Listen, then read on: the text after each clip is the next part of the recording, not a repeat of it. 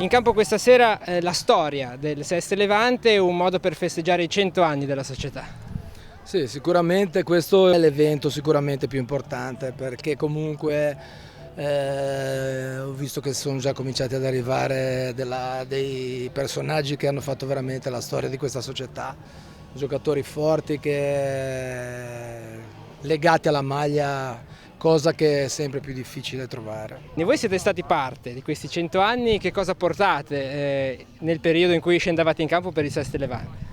Al di là del scendere in campo io ho anche allenato, questa è un'altra grande soddisfazione e assieme a Alessandro abbiamo vinto un grande campionato, siamo risaliti dall'eccellenza alla Serie D ed è stata una cavalcata, ce la ricordiamo ancora adesso e quindi è stato un ottimo trionfo. Cosa portiamo è che chi ha il piacere, la gioia e la forza di indossare questa maglia e di tifare per questa società è un grande dono. Aver fatto parte di questa storia qua dei 100 anni del Seste Levante è un motivo d'orgoglio.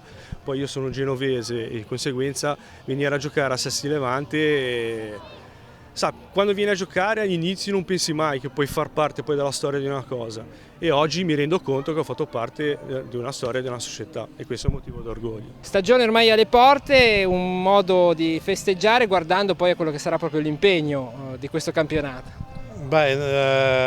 Raccogliamo gli ultimi giorni di svago anche per celebrare una ricorrenza prossima, sapendo benissimo che da sabato prossimo faremo sul serio. Finita questa serata cominceremo a preparare bene la stagione, che comincerà subito con un paio di derby di Coppa Italia che ci devono vedere pronti subito a questa nuova avventura. Ci stiamo impegnando alla morte per far crescere il settore giovanile, perché il futuro a questi livelli qui è questo. Ora che abbiamo anche la fortuna di avere il campo nuovo e le nostre energie si sono concentrate su due cose. La principale è quella del settore giovanile, la seconda è quella che stiamo cercando di allestire una squadra che dia delle soddisfazioni.